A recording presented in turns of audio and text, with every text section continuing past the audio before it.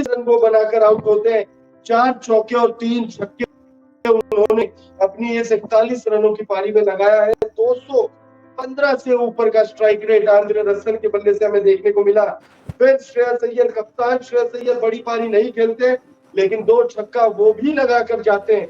11 गेंदों में 18 रनों की पारी वो खेलकर आउट हुए। 2 छक्का उन्होंने अपनी इस 18 रनों की पारी में लगाया। रिंकू सिंह 8 गेंदों में 26 रन बनाकर आउट हुए। 3 सिक्स और 1 चौका उन्होंने अपनी इस पारी में लगाया। 325 की स्ट्राइक रेट से रिंकू सिंह आउट नहीं होते, निश्चित तौर पर 277 रनों का जो वो रिकॉर्ड है एसआरएच का, वो टूट गया होता। वेंकटेश अय्यर 5 रन बनाकर वो नाबाद लौटे। रमनदीप सिंह 2 रन बनाकर आउट हुए। वही मिचेल स्टार्क 1 रन बनाकर नॉट आउट रहे हैं। अब गेंदबाजों की तरफ थोड़ी सी चर्चा कर लेते हैं। कौन सा गेंदबाज कितना कूटा है? देखिए, किसी को भी डिफरेंशिएट नहीं किया है केकेआर किया। 4 ओवर में 59 रन वो खाते हैं और 3 विकेट वो ले लेते हैं। मिचेल मार्श 3 ओवर में 37 रन, 1 विकेट। अक्षर पटेल तो 1 ओवर में 18 रन खाकर दोबारा गेंदबाजी के लिए नहीं आते। सुमित कुमार 2 ओवर में 19 रन और रशीद सलाम 3 ओवर में 47 रन। अब दिल्ली कैपिटल्स को केकेआर की टीम ने जीत के लिए दिया है 273 रनों का लक्ष्य।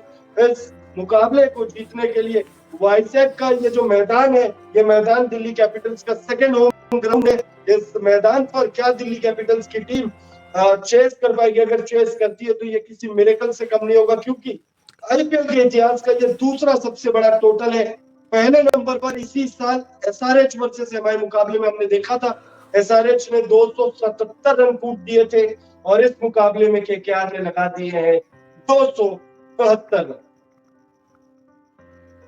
तो 272 रन केकेआर ने लगा दिया। और ये जो मुकाबला है, दिल्ली कैपिटल्स, माफी चाहेंगे कि थोड़ी सी टेक्निकल ग्लिच हो गई थी, तो 273 रनों का जो टारगेट है दिल्ली कैपिटल्स को, अब इस मुकाबले को जीतने के लिए दिल्ली कैपिटल्स के तमाम जो बल्लेबाज हैं उनको अच्छी बल्लेबाजी करनी होगी। शुरुआत से ही अच्छी बल्लेबाजी करनी होगी, चाहे फिर वो डेविड वार्नर हो, पृथ्वी शॉ हो, ऋषभ पंत हो। तमाम जो बल्लेबाज है उन्हें शानदार बल्लेबाजी करनी होगी। ऋषभ पंत से बहुत ज्यादा उम्मीदें होंगी इस मुकाबले में। देखिए, दिल्ली कैपिटल्स की तरफ से कुछ चूकें भी हुई, उसकी भरपाई अगली ही गेंद पर पूरी कर ली गई थी, लेकिन फिर ऋषभ पंत से एक बहुत भारी चूक हुई थी। सुनील नारायण जो है वो आउट हो रहे थे, एज लगा था, लेकिन उन्होंने एलबी क्या कहते हैं अपना डीआरएस लिया नहीं। ऋषभ पंत ने डीआरएस की मांग नहीं की, इस वजह से सुनील नारायण को जीवन दान मिला। और फिर हमने देखा करके कि सुनील नारायण ने क्या तबाही मचाई है इस मुकाबले में। फिलहाल दिल्ली कैपिटल्स को इस मुकाबले को जीतने के लिए 273 रनों का टारगेट है और इस मुकाबले को जीतने के लिए दिल्ली कैपिटल्स को बहुत ही शानदार बल्लेबाजी करनी होगी।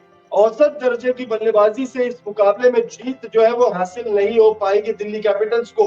पृथ्वी शॉ और डेविड वार्नर की जोड़ी को शानदार कमाल बल्लेबाजी करनी होगी। पिछले मुकाबले में हमने देखा था सीएसके के खिलाफ भी शानदार बल्लेबाजी रही थी पृथ्वी शॉ और डेविड वार्नर। पृथ्वी शॉ पिछले ही मुकाबले में उन्होंने इस सीजन का पहला मुकाबला खेला और डेविड वार्नर के साथ उनकी जो जोड़ी है वो कमाल है, वो लाजवाब है।